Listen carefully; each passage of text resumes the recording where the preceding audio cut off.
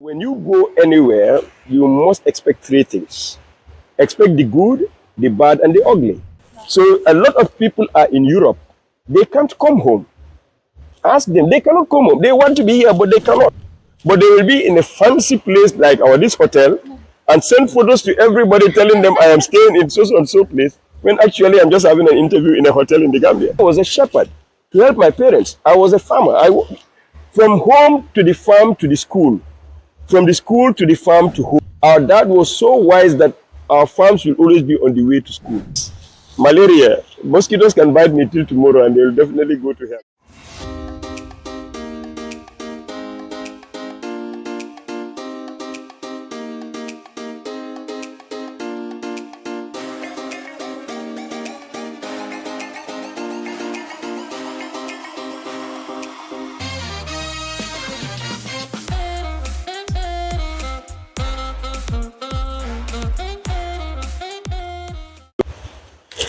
This is Generation Next, a youth movement platform geared towards inspiring, motivating, and directing young people's participation towards responsibilities in the developing society. We are working to raise awareness on issues and challenges the youth are faced with in order to effect a positive change. Ladies and gentlemen, of course today, very happy that I've got this Gambian flag right here. And he need no introduction, but Generation Next is really lucky. It's really fortunate that we are having a man full of life. This is all what we need as young people. I present to you Mr. Besenty Gomez. It's a pleasure. Thank you very much. I'm happy to be here, and I'm still a youth. Still youthful at heart. obviously, that is without a doubt. Yeah. And I must say, I happen to be fortunate to be part of those youth among your circle who are really touched by your, how would I say it, by the energy that you possess. But Generation Next, we find it important that we try to understand how a person unfolds, like how the journey like from the journey where it started to where you are of current. So basically, the kind of person you are, does that have any link to do with your upbringing, if you like? Yes, thank you very much. I'm inspired by people like you. To be honest, I was discovered as a child. When I say this, people don't understand. As a young person, growing up in Kiti, Brikama, and the environs, we had people who trusted us, and they gave us that opportunity to more or less become ourselves with supervision, correction here and there. And because of that, we gained confidence at a very early age, and were able to do certain things who, at a time that young people of our generation elsewhere may not be able to do. You know, we explored, we exploited, and we adventured and did a lot of things. And within that, we, of course, grew to become responsible children who in turn became responsible youth. And that's where I am still in the youth subsector because of that passion and the inspiration that I derived growing up, honestly. Right. That is really, really beautiful because, of course, it is said that the environment in which you grow contributes a lot to whom you become. It has done, for me, in an impactful manner, for which I'm grateful for those around me at the time and those around me right now, like you and many other young people. And this is why, honestly, I'm always very happy to be in the midst of children, in the midst of young people, and in the midst of positive people who actually add value in my life. Yes, I am happy. Why? Because the environment around me is conducive. And that's why I'm always happy. Obviously, but that now leads me to think, because sometimes you may be in an environment where which is not friendly, which is not friendly, if you like, but also can leave you to be happy. But depending on you, the person, because I understand our perception. Those matter. So how then does that mean if you're in an environment where it doesn't give you that fragment to be happy within yourself? Very good. That is why we are human beings. Right. We adapt to be adopted. You know, when you go anywhere, you must expect three things. Expect the good, the bad, and the ugly. So if you prepare your mindset for any of these, that's what you attract. You are what you attract. That is If the you, law of attraction there. exactly, you got the law. If you see beauty around you in the midst of unpleasantry, you would be beautiful, you know. And to be honest, I always go with this mindset of positive mentality. And that doesn't mean that whatever I encounter will always be positive, but I try to see the good out of the bad. I see everything as feedback instead of setback. So, to be honest, my mind is so strong that negativity doesn't enter it. So, even in the midst of negative vibes or vibrations within me, Right. I stay positive, and that overcomes the negativity. But now, how did that develop? Because, Yes. listen, to be honest, Yes. right? The Yes. mind is set in a way Yeah. that negative things is what it sees first. Outplays, yes. Outplays the first, positive. right? That's true. So for you actually to see only the positive means you must have put in work, It's in within conditioning. yourself. It's conditioning. You must condition yourself. You see, as I told you, you attract who you are. You know, anger, as they say, is a choice. It is not that sometimes I may do something to you that may not be good, but you're not angry at me. Why? Because I'm your friend, right? But let somebody who is quote unquote not your friend do that to you, it's like it triggers something. So it's all about you and what you react to and why you react to that. So yes, we should all know that, as they say, every day is not Sunday. Right. And in some days, in some situation, you are provoked beyond, honestly, limit. But the thing is, what is the consequences of your reaction? That's what I think about first. Now, I have an opportunity to evaporate or, more or less express my anger openly, but I also have an opportunity to reserve myself, withdraw, relax, and then take care of the situation. So it all depends on you and why you think you should react the way you do at a particular point in time. So agreed that it is not easy, honestly, to stay positive all the time. But with conditioning, with a mindset of growth, you will do that. If you have a fixed mindset, it may be difficult because some people cannot adapt to be adopted. Right. They can easily, react to any provocation. And that is where they should look at themselves and see why others are able to more or less, comport themselves and they cannot. So sincerely, it has to do with upbringing. It has to do with training. It also has to do with mindset. You must be ready to, look at certain things and ignore them. As they say, see everything, overlook a lot, and correct a little. Because if you want to correct everything you see sometimes, you end up having hypertension, stress, depression, and that is not something called for. And there are people who do certain things purposely to test you. And you should not allow it to be tested by anybody because the moment that person succeeds in their tests, it means you are under their control. And you should be able to control yourself than be controlled by someone else. Obviously. Well, there you go. We've all heard it. But also, what we try to inflict, because particularly we are talking about young people. Yes. And you've mentioned upbringing, which is very vital. Very, very, very, very. Right. And also another thing we look at it when it comes to public speaking as well, because we realize that oftentimes most young people are challenged in that regard. Yes. But I for one would always say that your school days, if you like, does help to contribute also in terms of your public speaking also, not in all cases. Agreed. But take us through yourself, Besenty, as a child going to school. How was it then? I've got a story to tell. Right. I was not as vocal as I am today. Right. And my first time actually to speak in public, I cried. I cried. Man, I'm telling you guys, I cried. This was actually in Buiam when I was called upon to lead my colleagues in prayer at the assembly. Yes. And I was like, wow. Because, okay, I was among the shortest. So I was easily noticeable from the rest. So the principal was in, the assembly. He did what he could. And after that, he just called me out. I didn't know why. Right. And he said, lead your colleagues in prayers. And I was like, wow. And there and then I got stuck. With all the prayers I knew in the world, I could not say anything. Why? Because I was not used to standing in front of my colleagues to say something.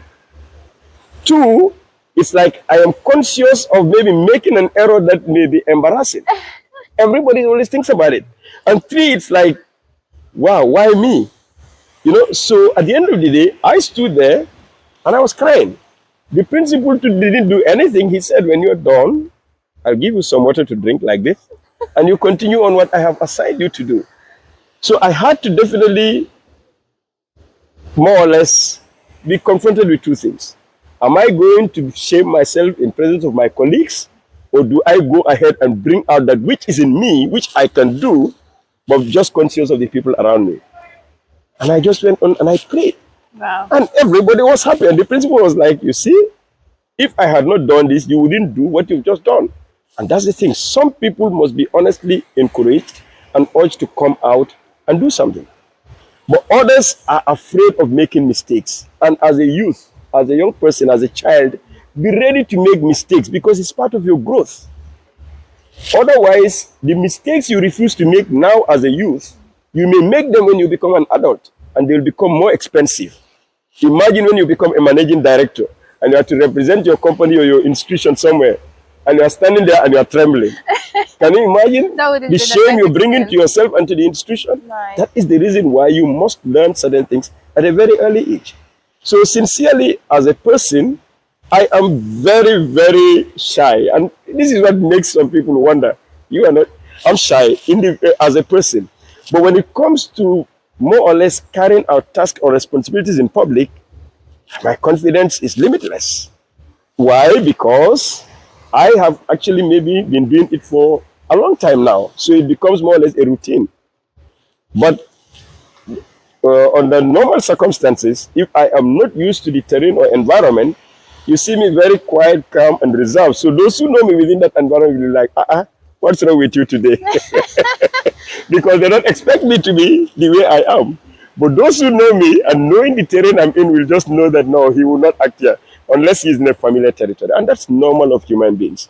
But at the end of the day, we should make sure that that which is in us, that God given to us, should be expressed to benefit others. And that is what young people should know, that they are honestly sitting on a lot of gold and diamond within them. They must actually mine those gold and diamond to benefit, generations, especially the next generation. And I'm glad to be here to share my story. So let not everybody think that, oh, Besenty is good at this. Before then, I went through my own trials and tribulations. And I've not regretted going through that at a very youthful age. You must be ready to go through the furnace and become tested, tried, and the gold that which everybody would all be looking forward to. Obviously, Yes. obviously. That could not have been said in such a way you put it. And I'll share another story. Right. I was a shepherd. A lot of people didn't understand. Now, my child came from my, honestly, days as a shepherd. I used to take care of our own cows in the village when I was going to school. From school to the farm. If we're not farming, we are busy actually taking care of the animals. So this is why I love the child. It's part of me. It's part of my own history and my own identity. I was a fishmonger. I used to go to Gunjur. We get fish from Gunjur and sell them at the Brikama market. I did that. I sold in the market like any other young lady. I don't know about the men. I did all that. I used to actually take firewood from Kitty to Brikama to sell. You have Kutufingo, Jambakatunga, and a lot of old. I did all that. All that also helped in molding, shaping, and sharpening me as an individual. So today you see me like this, you'll think, oh, this man is in suit and tie. Man, behind that suit and tie, there was actually history, and for which I am proud of. And I want young people to know that they must be ready to definitely labor to become somebody someday. Now it's having me raise the question, because we are in a generation where we believe anybody who is on suit and tie, it means the person is educated. Oh, well, that's just the perception, I know. right? Now, anybody, you've mentioned you are a shepherd, yes, right? And I'm still proud of it. And also, anybody who knows Besenty knows how well you are so concerned of the environment. Yes. How you've mentioned culture here, exactly, right? Yeah. So does that actually mean that Besenty is not formally educated? Besenty does not actually get the so-called degrees, if you like, that those in suit and tie get, or those who are shepherds. Of course, we are of the belief that shepherds perhaps are not educated. People don't understand. How would you relate this to? You know, humility is not stupidity. I'll be honest with you. That somebody is humble does not make them stupid. You know, humility is a virtue that everybody should aspire to. Honestly, education is not certification. That somebody has a lot of papers does not mean they are educated. Education, enlightenment, as John Ruskin said, education is the leading of human souls to what is best and making what is best out of them. So if the best is led out of you, anytime you are out there, you should always bring out the best. So educated people should be very humble. Anybody with pride, if you observe, they may be certified, but not educated. Because our education should make you love that which you definitely were when you were growing up. I cannot today see a shepherd and pass them because I'm a shepherd. I'm one of them. I cannot see a fishmonger and pass them. I'm one of them. I cannot see a market woman and pass them. I'm one of them. I did all those things. So why would I actually shun the very people that were with me when I was growing up? So we've made this mistake that anytime we are given the opportunity to get certification, we now look low upon people who are yet to get certification. Wisdom is not knowledge. There are people with wisdom who don't get certificate. There are people with certificates who have only the knowledge. And remember, wisdom is above knowledge. So education to me is knowledge. Certification is knowledge. It shows. Education is wisdom. And education and schooling are also different. Not everybody who goes to the four walls of the classroom is schooled or educated. So at the end of the day, what we need to know is our education should benefit others first before us. But anytime we become selfish, then our education is questionable. Anytime we become proud, our education becomes questionable. An educated person must be selfless and humble. That is the essence. And that's what I saw growing up, and that's why I am who I am today. Your dress code does not determine the content of your mind. So your form has nothing to do with your content. That's the mistake we make. We see people and admire them because of their form, but their content may be shallow. We see people and despise them because of their form, but their content may be deep. So we need to be very careful of judging the book by the cover. And that's what we make most of the time. We see people and already profile them, brand them, and label them, bringing in stigma and discrimination, not knowing that the very person that you've passed on the street will be the very one you are looking for where you are going. Or you may enter that office and the person you did not greet is the one who is coming to attend to you. We ought to be very careful of that in this generation, especially the next generation. Obviously. Yes. Well, I'm happy that you've thrown that in that light, because to be quite honest, oftentimes we do question ourselves as to the, well, I would like to believe the amount of sometimes anger that we receive among the folks, if you like. Anger, what do I mean? For instance, those of us that use public transportation, oftentimes, especially in the morning, we see sometimes you leave your home, you're okay, you're happy. Happiness also can be subjective. It is, yeah, one may be happy to you, might not be happy, right? Yeah. So you boarding a public transportation. Sometimes what we see, the environment in which we live, we see a whole lot of anger, Besenty, if you like. I agree with you. I think this takes me back to the importance of psychology and social psychology. There are so many people, as you said, who are boiling with anger over something that, to be honest, is transferred aggression. Somebody will be mad at somebody at home, and maybe because they cannot do anything with that person, they bring it to you, who is actually in the same public transport with them. So you see that boiling of anger or unnecessary anger in most of us is not helping, because it can definitely lead to a lot of non-communicable diseases that we are not aware of. Hypertension, stress, depression, and it leads these young people into drug and alcohol, thinking that they are escaping from whatever is going around them, not knowing that those things are just going to depress them for some time and they will be back, or stimulate them for some time and they will be back. So this influence of drug and alcohol is as a result of, most of the time, the way some of us live in our homes, in our communities, and our own perception and mindset. Because a lot of young people believe without traveling, they cannot make it. That's their belief. Without traveling, they cannot make it. So you wonder, what would they do when they travel? Are they not going to work there? They will. But why are they not working here? Good question. That is the question. They will go to Europe and work, but they will not want to work in Africa. Why do you think that's the case? Because perception is not reality. As they say, right, faraway top hills to some people are green. Not all that glitters is gold. So this is the problem. A lot of us are obsessed about possession.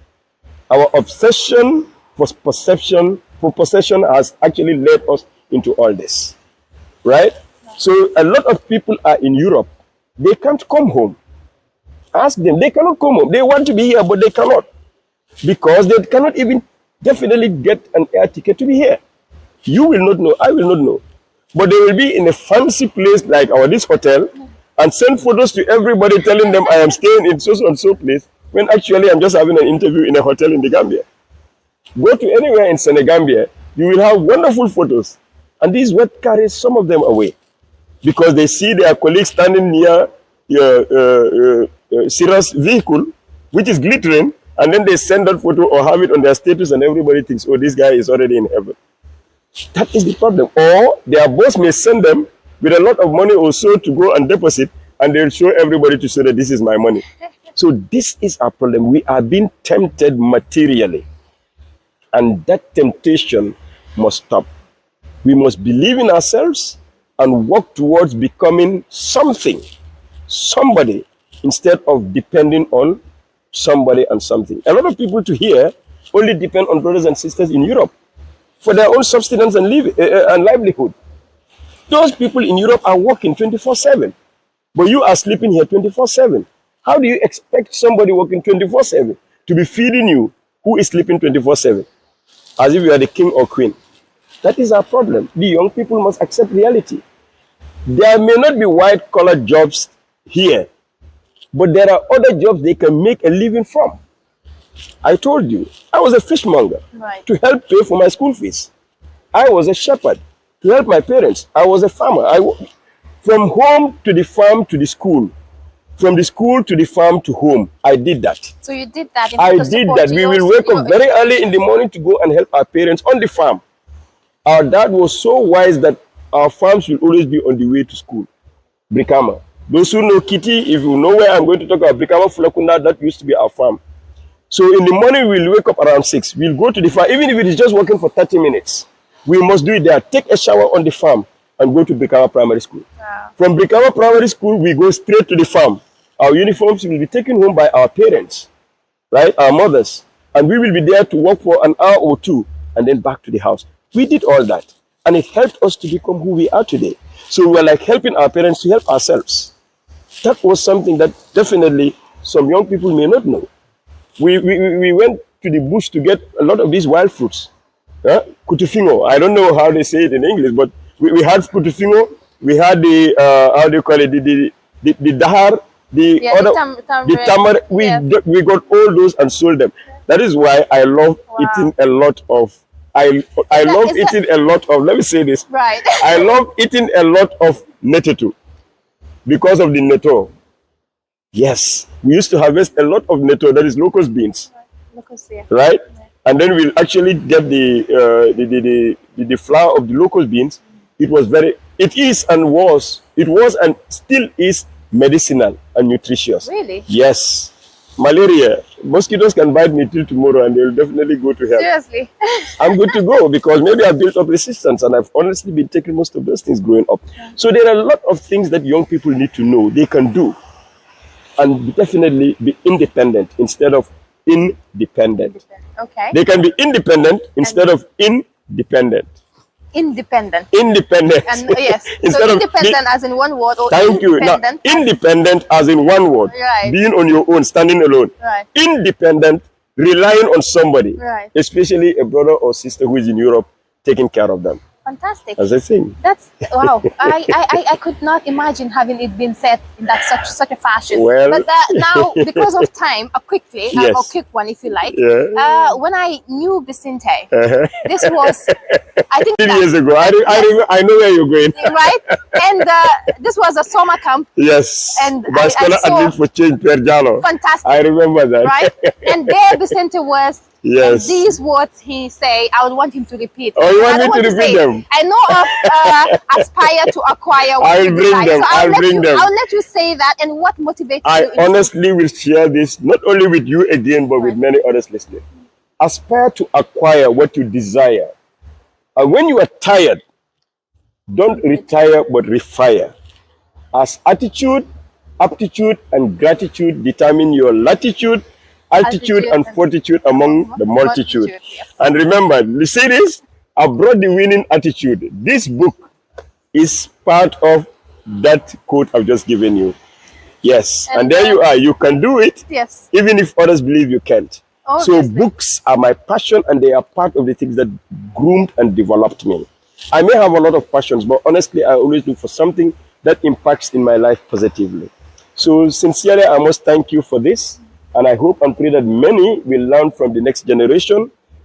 Sincerely, you are one of the first to make me say these things anywhere. Because normally I may just actually discuss with people privately. But when you said you needed it for the next generation, for them to know, that's why I'm here. So the next generation, we were in a generation that was also the next generation. So we are handing over the baton to you. Please, in our retirement, take care of us well, as we are taking care of those who have retired, who have handed over to us well. To be honest, we can do a lot as young people. Instead of whining here and there, groaning, instead of growing,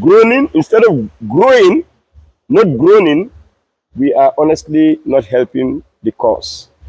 Those who also believe young people are lazy, I disagree. They are not.